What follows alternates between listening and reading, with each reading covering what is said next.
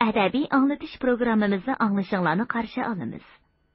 Bugungi programmamizda yozuvchi Abdurahim O'tkirning Xinjiang xalq nashriyati tarafidan nashr qilingan Uyg'ongan Zimin nomli 2 qismli tarixiy romanining birinchi qismining davomini anglatamiz.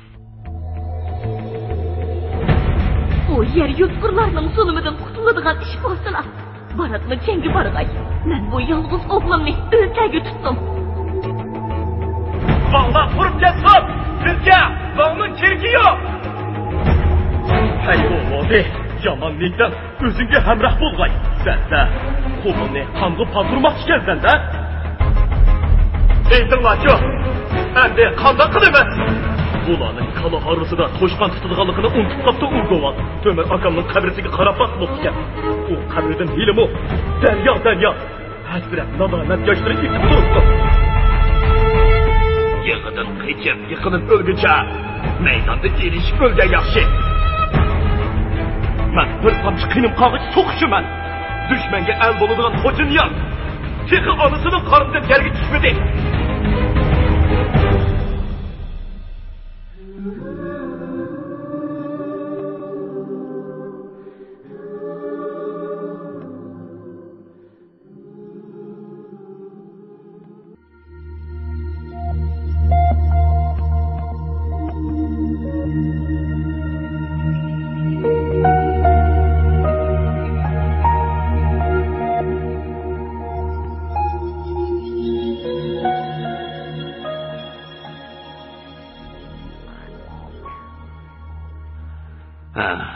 Nimalar degan bilan o'z yurtimning mehri boshqacha bo'ladi ekan. Oqchashli qeri onam bilan bola chaqamni, qavm qarindoshlarim bilan birga tug'ilib o'sgan do'st birodarlarimni qandoqmi unutiy olayman? Ota bobomning yerligimi qumulda emasmi? Shularni ko'may olamdan o'tarmanmi? 20 yil to'shqicha bu omonatjon tanda turamo deb ko'nglim yerim bo'ladi. To'rpaq Salih shu gaplarni qilib o'tib, ko'zidan yosh temib ketayotganligini sezib qoldi chig'i. Men otlarga qarab qo'yay, deb sirtqa chiqib ketdi. Shu topda Xo'janiyaz polvonning ko'ngli bir qismi bo'lib, o'zini oram tutib o'ltirdi. To'rpaq Salihning so'zlari yana davom qilgan bo'lsa, ehtimol uni yig'lab tashlagan bo'ladi. Uning xayol qushlari allaqayoqlarda parvoz qilyapti. Uning otasi egiz bo'yliq, kang qo'lliq, bug'doy o'nglik charsaqal Emin Niyaz Shamaqsutning zindonida nima kunlarni ko'ryapti ekan. O'zi pildek bo'lgan bilan ko'ngli qildek inchiki bu odam Shamaqsutning qiliqlarini hor elib ketib, o'zini bir nima qilib olmaydi. Appoq to'qashga o'xshash yumaloq yuzini endi qo'riq besib, cheki tashlari oqirishga boshlagan yumshoq ko'ngil onasi Oysa appoq nima dardlarni tortyapti ekan. Dunyoga ko'z echib tunji ko'rgan budruq o'g'li Sadanshani ko'radigan kunlarmi bo'ladi ekan. To'rpaq Salih'u 20 yilni to'shqizsa, o'zining yurtiga qaytalishi mumkin. Lekin Xo'janiyazchi Shamaqsut tirikli bo'ladigan bo'lsa, umr manzilining 25-siga amdili qadam qo'ygan bu qiron yigit umr bo'yi sargardon bo'lib yurishga mahkum. Hatto u qayerga bormasin, uning xuni uchun va'da qilingan 12 yombu, 12 ajal qopqanidek uni kutib turmoqda. Dim ko'mtirilib qo'yilgan qozonga o'xshash qop-qora yuzini siminga qartib turgan bu osmon gumbizi uningga zodi qanday qismat tonini pichib qo'ydi ekan. Xo'janiyaz ana shunda xayollar bilan oxirgi piyolasini bo'shitib, o'rnidan turay deb turganda To'rpaq Salih qaytib kirib, yana gap boshlamoqchi bo'ldi. Bo'ldi qiling dadasi, Xudoning kuni atimi bor emasmi? Mehmon charchab ketganda, endi orom olsin. Xo'p, sening aytqiningdek bo'lsin.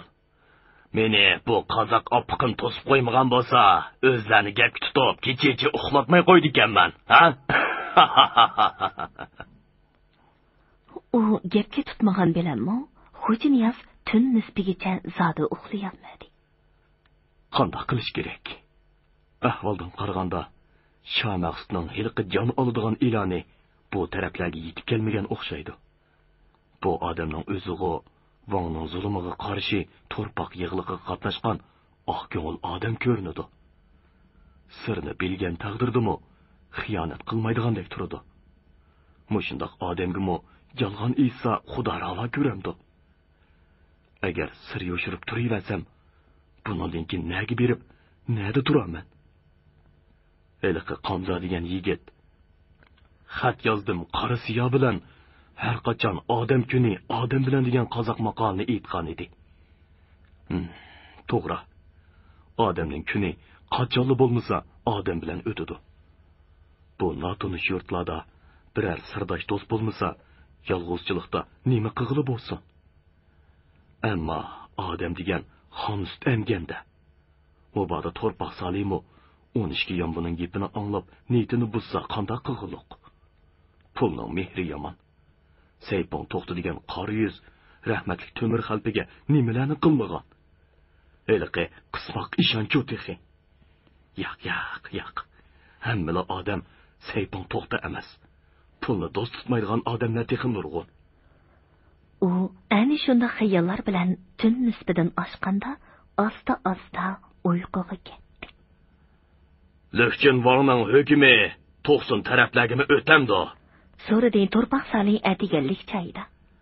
90dimi puhralarning kuni ig'irdi deb o'ylayman. Shundaqmi ufqam? Shundaq Salika. O'zaza Vang'ojilarga bakli qarshi ekanlar. Amscho qo'y bilan bo'ra qachon inoq o'tgan deydilar. Qo'limdan kelsa, u döyizlarni urug' avlodi bilan yo'qtirasam deyman. Temir xalpi yig'iliqida qumuldi bo'lgan bo'lsalar, uningga qitilib ketarmidilar. Men jinim bilan qitilibdim. Elimizda Temir xalpida yana bir ar chiqishgan deb Xudoyimdan tilayman. Olishimcha Temir xalpa xo'ymi botir ekan to'q.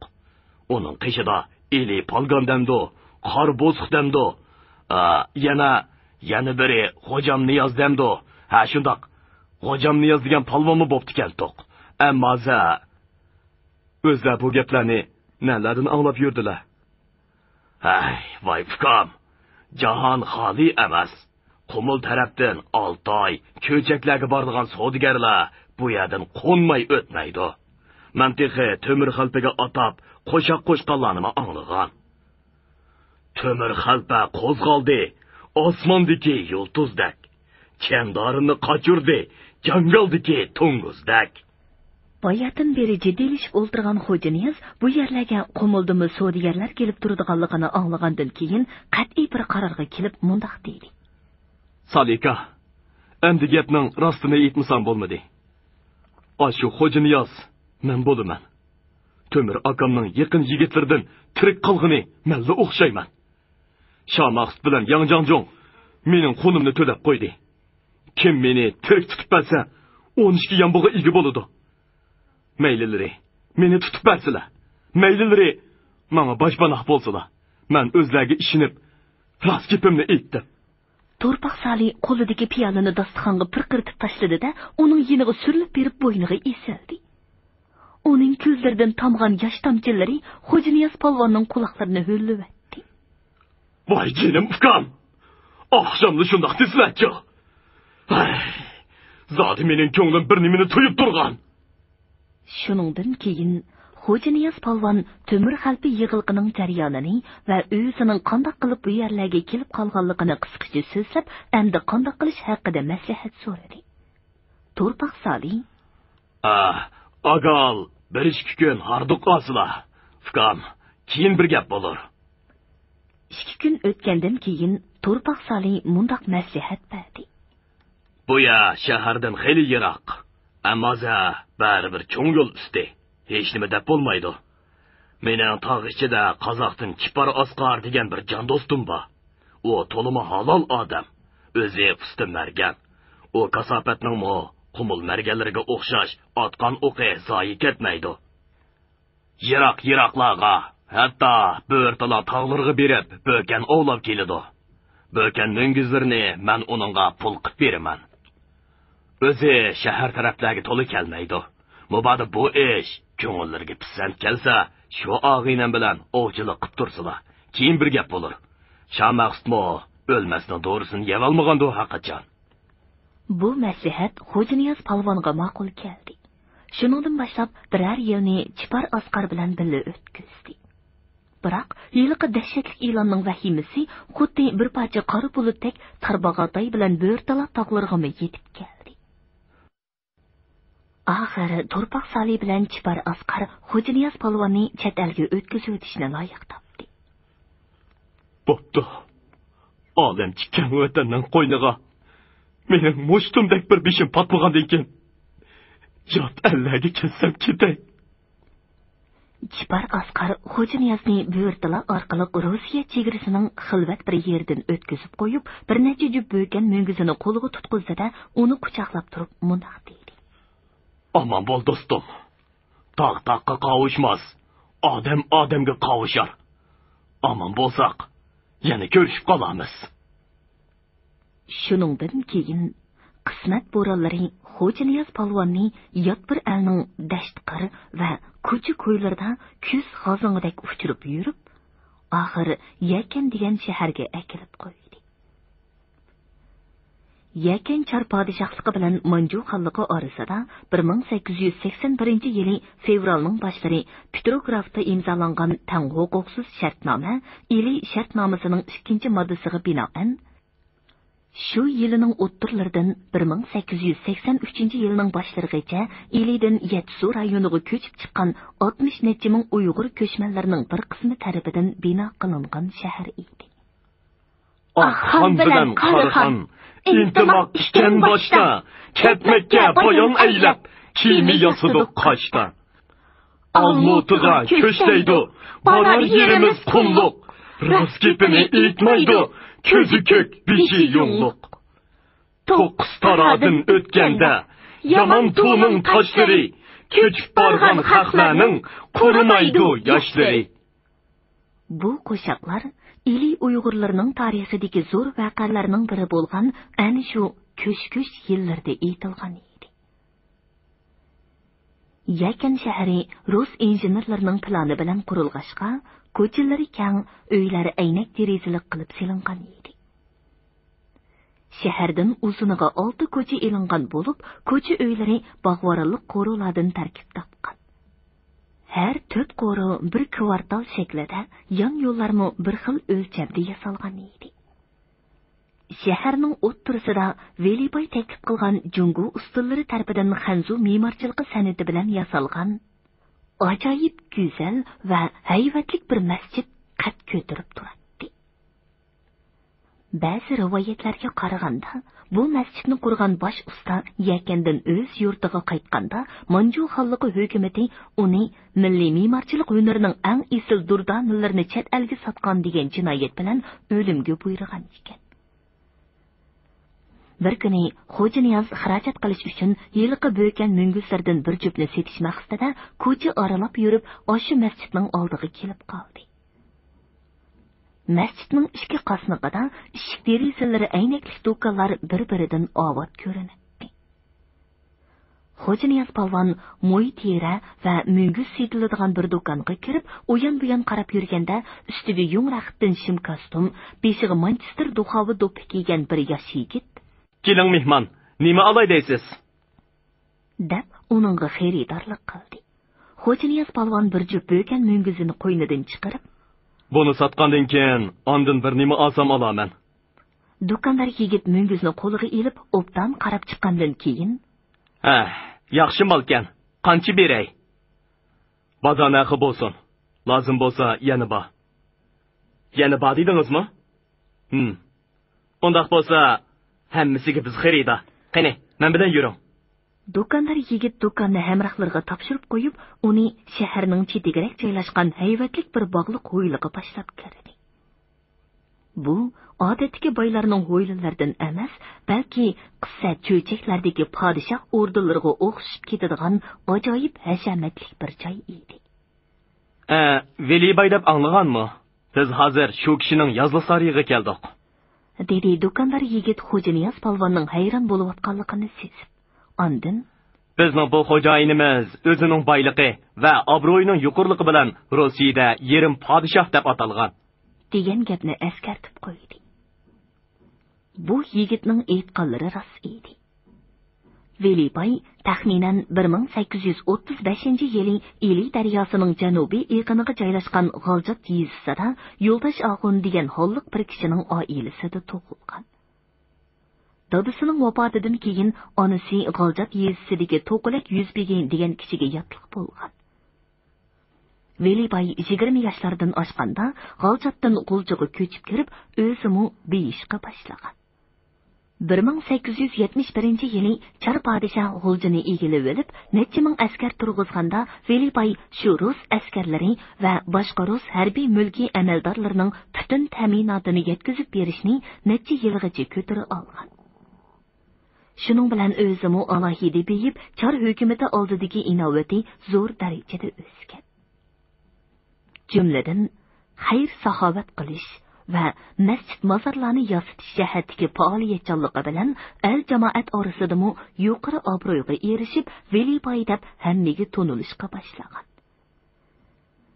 Velibay yakanga ko'chib chiqqandan keyin Yetsu rayonlarida turishliq rus askarlarining barliq ta'minotini yetkazib berishni ko'tarib elib, hisobsiz beyagan. Char hukumati bu xizmatlarni taqdirlab, uni bir qancha orden va medallar bilan tartiqlagandan tashqari, Petrograddagi podshoh saroyida uningga atab alohida hurmat kursisi yasatgan edi. Shuning bilan u alohida bir imtiyoz egasi bo'lib qolgan. Bayan do'kondor yigitning Velibayni yerim podshoh deb atalgan deyishida ana shularni nazarda tutgan bo'lsa kerak. Shu gapdan keyin u Xo'janiyaz polvonni kutumxonada qoldirib, o'zi ichkariga kirib ketdi. Yarim soatdan keyin kang shoyi ko'nglak ustidan qora duxovi chiltgan. Beshiga oq shapaq to'pi kiygan, egiz bo'yliq, egiz bo'lgandimi har qanday odamdan egiz ko'rinadigan, yo'g'on, yalpa va ustixoniga loyiq simiz, ot yuzlik, oq soqolliq bir kishi Yevropacha bezalgan ozoda mehmonxonada Xo'janiyaz polvonni qabul qildi. Bu Velibay edi. Boyiqi bir jup bo'ykan munguzi uning qo'lida turardi. U Xo'janiyazning salmini issiq chiroy bilan elib o'ltirishga taklif qildi. Harmag'aysan yigit. Bo'rtala tarafdan kelgan o'xshamamsan. Buni o'zing atqanmi? Shundoq. Yana bo'lsa hammani olamiz. Qandoq deysan? Xo'janiyaz qo'ynidan yana ikki jup mungizni chiqarib uning oldiga qo'ydi va so'dilishib turmayla berganiga rozi bo'ldi. Yaxshi o'chgansan. Miltiqing yengimi? Miltiqim yo'q. O'qya bilan atqan. Dedi Xo'janiyaz va yolg'on aytayotganligi uchun shalpardak qizirib ketdi. Chunki bu bo'kanlarni o'qya bilan emas, Chipar asqarining miltiqi bilan otgan edi. Andoq bo'lsa, o'q, miltiq mendan bo'lsin. Qancha bo'kan olsang, hammasi menga hisob. Seni obdan rozi qilaman. Xo'janiyaz rozilik bildirgandan keyin Velibay uningga 100 tal o'q bilan bir yangi 5 otar va bir yaxshi ot berdi. Shuningdan boshlab Xo'janiyaz ovchilik qilib Velibayga bo'kan va bug'i mungizi akilib turadi. U har qitim kelganida so'dilishib turmay, boyning berganiga rozi bo'laverdi. Boshqa xizmatchilarga o'xshash ortiqcha xushomat qilmay, udul mijozligi bilan yuraverdi. Uning bu mijozi Velibayga bakmi yoqatdi. Shundoq qilib, u bara Velibay oilasining bir a'zosi bo'lib qoldi. Bu dal birinchi jahon urushi mazgillari edi. Char podshoh o'zining manfaati uchun Rossiya imperiyasi tavasidagi har millat xalqining 100 minglagan farzandlarini zamrak yemi qilib berdi. Urush yalmovuzlari yana qon talab qilmoqda. Shuning uchun Rossiyaning boshqa joylaridagiga o'xshash Yetsu rayonidami askar elish ishi yana boshlanib ketdi. Char podshohning yorliqiga binoan har bir tutun bir o'g'lini askarlikka berishga majbur edi. Velibayning oilasi buningdan sirtda qololmadi. Boy o'z o'g'lini zamrak yemi bo'lib ketishidan saqlab qolish niyatida o'g'lining o'rniga bu 90lik ovchi yigit Ishoqni avatish ko'yiga tushib, uni chekib ko'rdi. Xo'ja Niyoz kutmagan yerdan chiqib, askarlikka berishga ma'qul bo'ldi. Veliboy bo'lsa, uning qalbini tushunmaydi albatta. Shuna qilib Xo'ja Niyoz polvon Saq degan nom bilan yangi askarlar qatorida yakandan yiroq bir joydagi harbiy ta'lim lageriga avatildi. Yaman ishlangmi bir yaxshi yeri bo'lib qoladi degandek, bu harbiy ta'lim jarayoni Xo'ja Niyozga shu zamonning yangi tipdagi harbiy qurollarni o'rganish fursatini tug'dirib berdi. Endi u temir xalpi zamonasidagi oddiy qurollardan foydalanadigan usta marganlar emas, Petrograd harbiy qurol yarog zavodlaridan chiqqan ig'ir yenik pilimut, minomyot, har xil topancha va qo'l bombasi qatorli qurollardan mohirlik bilan foydalanadigan. Hatta ularni chuvib qayta kurashtira oladigan bir jangchi bo'lib yetishmoqda edi. Jumladan, o'zi turgan qismdagi xilma-xil kishilar bilan birga yashash jarayonida nurg'un narsalarni anglab, turmushning o'ziga noma'lum bo'lib kelgan bir muncha taraflarni ko'rib, ko'zi echilishga boshladi. Bir kuni u mundaq bir voqeaga duch keldi. Oqshimi yetishga kanay chelinib bo'lganda, Xo'ja Niyoz bilan yonma-yon yotadigan bir rus yigiti chidirnikilarga qarab o'zbekcha talaffuzni buzibroq so'zladi. Og'aylar, gapimga quloq solinglar. Uni hammaylan Xo'xul Grigoriy deb atashadi. Bu chidirda Uyg'ur, o'zbek, rus, qozoqdan bo'lib 11 kishi bor edi. Xo'xul Grigoriy tuvan ovoz bilan Birinchi jahon urushi to'g'risida so'zlashga boshladi. U so'zlayotganda gavdalik bir odamning soyasi chidirning orqasiga kelib to'xtagan edi. Buni chidirdikilarning hech qaysi sezmaydi. Bu urushning oddiy puhrolarga hech qanday foydasi yo'q. Bu faqat Chor podshohning, ondan qolsa cho'ng boylarning foydasi uchun bo'layotgan urush. Ular bizni ati o'gin frontga ilib bordi-da, olg'a deb komanda berdi. Biz hurra deb nemislarning o'qiga qarshi ko'krak kerib mangimiz. Shundoq emasmi? Nemis soldatlari bilan nayzilishib, bir-birimizning qornini yerishimiz. Fichaylarimiz chuvulib, to'pig'i milinadi. Ya u o'ladi, yoki sen. Shundoq emasmi? Ya bo'lmasa, tarsildab etilgan pilimot o'qlari ostida qo'noq shehida qirilib yotsan. O'likung itiz qirladi qilib, ko'zingni qog'i quzg'un cho'qiydi. Otanang, qavm qarindosh yoki suygan yaring yo'qlab keladigan qabrangmi bu dunyoda qolmaydi. Podshoh va boylar bo'lsa, o'zining o'rda sarayida go'zal xonimlar bilan shampan ichib, tansi o'ynab, hozir qilaveradi. Shundoq emasmi? Chor podshoh bu urushda yangsinmi, yengilsinmi, sen bilan bizga hech qanday foydasi yo'q. Qani, aytinglar-chi, biz kim uchun urushga tayyorlanamiz? Xo'ja Niyoz polvon darhol temir xalpi yig'ilqining boshlanishini esladi. Shah Maqsud Vang Urumchi Jangjungning foydasi uchun Qumuldan bir necha yuz polvonni qurollantirib, Ili Jangjungga qarshi urushga mangdirganda, ularning to'lisi o'lib, Qumul osmonini musibat bulutlari qoplamaganmidi? Shah Maqsud ikkinchi qitim yana askar elib mangdirganda, temir xalpa: "Ay qarindoshlar! Nega borsizlar? Tug'ilib o'sgan aziz yurtni, mehribon ota-ona urug' tuqqani tashlab, Shah Maqsud bilan Urumchi Jangjung uchun o'lgili boramsizlar? Shah Maqsud shuncha qilganlari yetmay, endi bizni o'qitib bermoqchi. Buni bilamsizlar?" deb ularni to'sqan emasmidi? Xo'ja Niyoz bu gaplarni o'z quloqi bilan anglamagan bo'lsa-mu, keyincha boshqalardan anglab, "Temir akam rost aytibdi" degan emasmidi? Endi Mao Xo'xulning gapimu temir xalpinikiga o'xshayotidi-ku. To'xta. Xo'ja Niyoz polgan uning gapiga o'ptanroq quloq selishi kerak. Shundoq emasmi? Biz kim uchun urushga boramiz? Kim uchun? Mening akam o'tgan yili urushda o'ldi. 3 bolasi yetim qoldi. Endi Chor podshoh meni urushga opirib, qari ota-onamni har ishga qanot sungan qushda qilib qo'ymoqchi. 2 yoshda kirgan qizim Natalyani yetim qilib qo'ymoqchi. Halol juptim virani tulqinmoqchi. Shundoq emasmi? Men bu urushga qarshi, qat'iy qarshi. Agar aholining ko'p qismini tashkil qiladigan kambag'al puhrolarning baxti uchun bo'ladigan urush bo'lsa, putim bilan emas, beshim bilan boratdim. Bir jinim emas, ming jinim bo'lsa pida qilatdim. Biroq hozirgi urush undaq emas og'aylar. Bu gaplarni Ivan Darazmi aytgan? Xo'sh, endi nima qilish kerak? Shuni aytmamsan. dedi Azimat degan o'zbek yigit yostiqdan beshini ko'tarib. Xo'xul Grigoriy sirtqa quloq selib birdan jim o'ltirgandan keyin, nima qilatdiq? Bu yerdan asta ketish kerak. Chedirning ichi jimjit bo'lib qoldi. Faqat ba'zilarning ulug' kichikdini pushildayotgani anglanib turadi. Xo'janiyazmo qorong'u bo'lishiga qaramay, Xo'xul Grigoriyga sinchilab qarashga boshladi.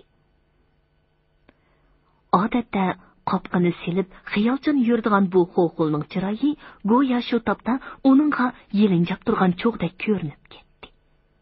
U Xo'xulning qo'llarini yo'g'on olqiniga ilib, mahkam qisib qo'ydi. Yerim kechidan o'tganda qo'lchiroqlar volvul qilib qoldi. Ko'zni yumib ochqicha qo'llariga topancha tutgan ikki ofitser 4 askarni boshlab chedirga kirib keldi va hammalarni uyg'otib kiyinishga buyurdi. Ondan sirtqa elib chiqib, qo'llarini orqasiga qilib bog'lab haydab oldi. Yarim soatdan keyin Xo'janiyaz o'zini yolg'iz kishilik qorong'u kamerada ko'rdi. Qolganlarning nega ketganligini u bilmaydi. Ertasi tushdan keyin harbiy lager bo'yicha necha yuz kishining qatnashishi bilan oy dalida harbiy sud ochilib, Xo'xul Grigoriyga bolshevik tashviqotchisi degan jinoyat bilan o'lim jazosi hukm qilindi va shu yerda etib tashlandi. Birer oydan keyin Xo'janiyaz bir paytni tepib Velibayning uyiga qochib keldi va bo'lgan ahvolni uningga tafsiliy bayon qildi. Xo'shlashmay ketishga ko'nglim qiymadi. Menga duolarni basila baydada. Men bu yerdan ketib olay. Nega ketsan? Rostini aytsam, o'z yurtimga bora olmayman. To'g'ri kelgan bir yurtda tog'u dashtlarni makon qilib, kunimni olaman. Hattiginay, o'z o'g'limdek bo'lib qolgandim. Ahvol bu darajaga yetgan bo'lsa, sana uvol qilib qo'ymay. Men seni ko'midim. Sen meni ko'miding. Menga omonat qo'ygan pulingni qo'lingga berib, hajga bordiganlarga qo'shib qo'yay. Shu yoqlarga berib kuningni ol. Iroda bo'lgan kuni qaytib kelasan. Xo'janiyaz xushal bo'lib Velibayga rahmat aytdi. Velibay uningga hojilar mangucha talatuzga chiqmay turishini topiladi. Oradan bir ikki hafta o'tgandan keyin Velibayning odamlari uni hojilar bilan yo'lga selib qo'ydi. U Makkadagi muqaddas joylarni tavob qilib bo'lgandan keyin qachondir bir zamonlarda Qashqar tarafdan berib qolgan Yoqub hoji degan kishining xizmatiga kirdi va goh to'gi beqib, goh xurmolik bog'ida ishlab yurdi. Ammo qachonli bo'lmasin g'alati bir tuyg'u uning yuragini g'idiqlab beorom qiladi. U har kuni degudek tong saharda iloj topsalar egizrak yerga chiqib, kun chiqish tarafga qaraydi. Tang saharning mayin shamolidan xuddi bir xushpuroq narsaning hidini olgandek, cho'nqur nafas elib xayol suradi. Shu chaqlarda go'yo kimdir biri uning qo'lqiga qumul naqsini shivirlab aytayotgandek seziladi. Qarasam ko'rinmaydi sharlarning tig'i. Hajabmi yomon ishkan ayrilish tig'i. Makkaga bormang yorim, mundumu bir Makka bor. Oy yuzingni ko'ndi ko'sam, Makkaga borgancha bor. Shundoq qilib, uning 3-4 yillik umri Makka Madina diyorida o'tib ketdi. U oxir peshonamga putilganini ko'ray deb, hajdan qaytgan hojilarga qo'shilib, Toshqo'rg'on orqali Qashqarga, ondan Qori shahargacha keldi. Yilqi e'londa aytilgan 23-24 yoshlardagi oq yuzli yigit endi engaklarini qo'yiq soqol besib, shamol bo'ronda qaridab ketgan, yuziga xilida qo'riq tushgan qatong'ur bir odam qiyofatiga kirib qolgan edi. Shu paytda uyiga borsa, ehtimol qayri onasi Oysa oppaqmu uni darhol taniyolmagan bo'ladi. Shundaqdimi Shah Maqsud texi hayot bo'lg'achqa, u yanala qo'mulga berishga petinolmadi. Ammo qandaqli bo'lmasin, ota-onasiga tirikligidan bishorat berib qo'yishni lozim deb o'ylab, yiliqi 90lik hojilardan o'zining omonligini va bo'rtala tarafga ketish niyatida ekanligini uqtirib, 90dagi ona jamat tog'isi Qurbon Niyozga 2 yil xat yozib berdi. U chaqlarda 90 sho'ba nohiya bo'lib, Qurbon Niyoz nohiya hokimi sifatida ish boshqarib turgan edi. Shunga kishilar uni Qurbon Niyoz shan deb ataydi. Yiliqi hojilar bu yigitning qaytini uningga cho'qim yetkazishga va'da berdi. Xo'ja Niyoz yanala Ishoq degan nom bilan Qori shahar tavasidan tog' orqali bo'rtalani nishonlab, Ili tog'larga otlanib ketdi. Chunki Nemali degan bilan bo'rtala tog'lari uningga tonish bo'lib qolgan. U yerda Mo'g'ul molchilaridan yaqin do'stlarimi bor edi. Degandeklar birar oy kezib yurib, oxiri ancha qiynalmayla bo'rtala nohiyasining sharq tarafidagi Utbuloq degan yeridan ko'na do'sti Erdinbatning uyini tepib oldi. Erdinbat 40 necha yoshlardagi sumbatli kishi bo'lib, butun umri ovchilik bilan o'tgan edi. U ovga chiqqan kunlarida uzun o'shki soqolini so'l qulqiga chigib oladi. 3 yil burun Qadinas ayoli tuyuqsiz qazo topgandan buyon 2 norasida bolasi bilan yolg'iz qolgan edi. Shu arada singlisi Bo'rta Nochinning eri Sho'lxur Norin yilqi haydab kelayotganda tog'dan qulab qazo topdi. Shuningdan buyon Bo'rta Nochinmu aksi Erdinbatning kigiz uyiga ko'chib kelgan edi. Shuning uchun Erdinbat Xo'ja Niyozni qisilib qolmasin deb o'z uyining yonida uningga ayrim bir chidir tikib berdi. Xo'ja Niyoz shu chidirda yetib qopib, g'izo tomoqini o'zi qilib yesami, odatda bo'sh vaqtlarini Erdinbatning uyida o'tkazadi. Uzun o'tmay, Erdinbatning yordami bilan bir miltiq setib olib, ovchilikka kirishib ketdi. Erdinbat yosh turibli tul qolgan singlisi Bo'rta Nochinning baxti uchun ko'p qayg'uradi. Ammo Bo'rta Nochin o'ziga chiqqan loyiqlarning hech qaysisini pisand ko'rmaydi. Bu loyiqlar Erdinbatga yoqmaydi. Chunki ba'zilari xotini o'lgan qiyralar bo'lsa, ba'zilari uni to'qanliqqa olmoqchi bo'ladi. Ani shundoq kunlarda bir necha yillar burun tanishgan do'sti Ishoqning taqdiri yana uning uyiga akilib qo'ydi. Qo'yuq qoshlari ostidagi dugulak ko'zlari o'tkir qaraydigan bu to'g'ri so'zlik margan yigit Erdinbatga nihoyat yoqadi. U singlisi Bo'rta Nochinning bu yigitga bilindirmasdan kulimsirab qo'yishlarini ko'rib qolgan edi. Uning ustiga bu yigitning Bo'rtalada yerlashib qilish niyati borligini o'z og'zidan anglagan edi. Shuning uchun Erdinbat singlisining roziligini olgandan keyin bir kuni Xo'ja Niyozga mundaq dedi. Inim Isoq. Biz sening bilan bir uy kishisidek bo'lib qoldik. Gaplaringga qaraganda sen mush yerlik bo'lib qoldigandek turasan. Engaklaringni soqol bosgan bilan sen texi yosh. Qachonli bo'lsa, uylik o'choqliq bo'lishing kerak-ku. Men sizlar Uyg'urlar bilan ko'p aralashgan. Sizlarning urf-odat, diniy e'tiqodinglarni obdan bilaman. Sizlar bilan bizning payg'ambarlarimiz boshqa bo'lgan bilan hammamizni bir Xudo yaratgan. Hammamiz o'xshash odam. Qeyrlarimiz aytadigan rivoyatlarga qaraganda, biz Mo'ng'ullar bilan Uyg'urlar qadimdan tortiblar qeyrindoshlardek inoq o'tib ekanmiz. Chingizxon ordusida bir muncha Uyg'ur amaldorlar bo'lgan ekan. Chingizxon o'zining bir qizini Uyg'ur podshohga xonishlikqa beribdi ekan. Biz ikkimiz aka-ukalardek bo'lib qoldik. Agar to'g'ri topsang, singlim bir tane,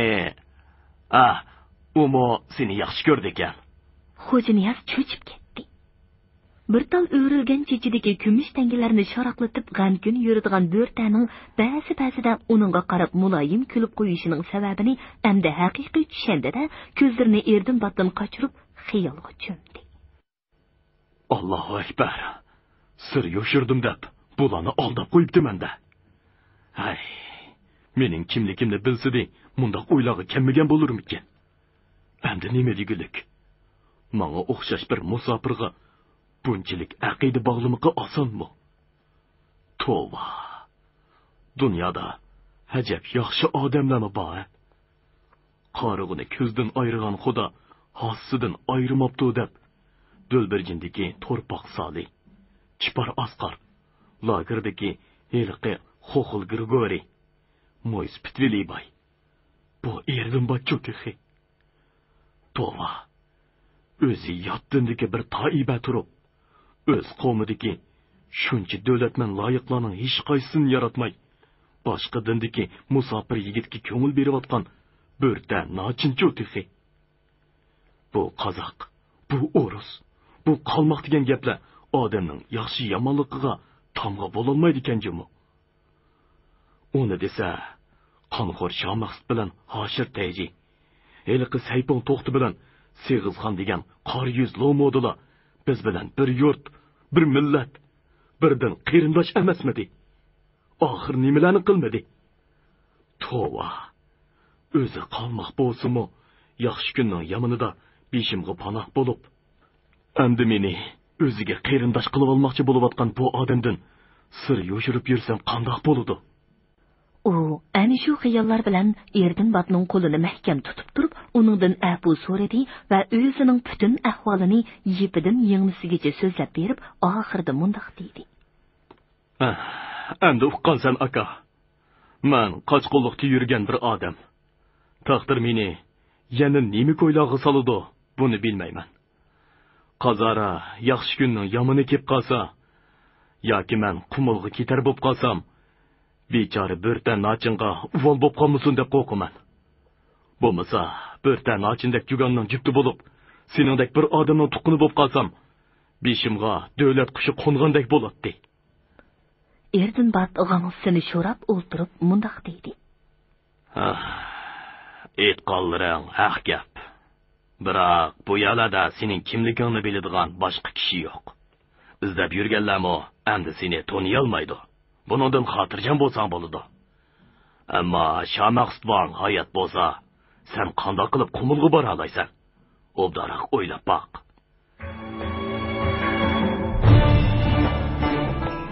O'xshamas o'z yurtiga, ketmas xiyoldan o'z vatan, o'z diyorida agar bo'lsa, qadam tuprog'ida. Xazinamning yerimi kasimi mayli. Nazarni mening o'rnimga von qilib jakarlaydigan rasmiy hujjat tarqatmasi bo'lmaydi. Ammo afyunkash nazar von bo'lib qolsa, Qumul xalqining peshiga teximiz zo'r balo yog'idi. U chaqda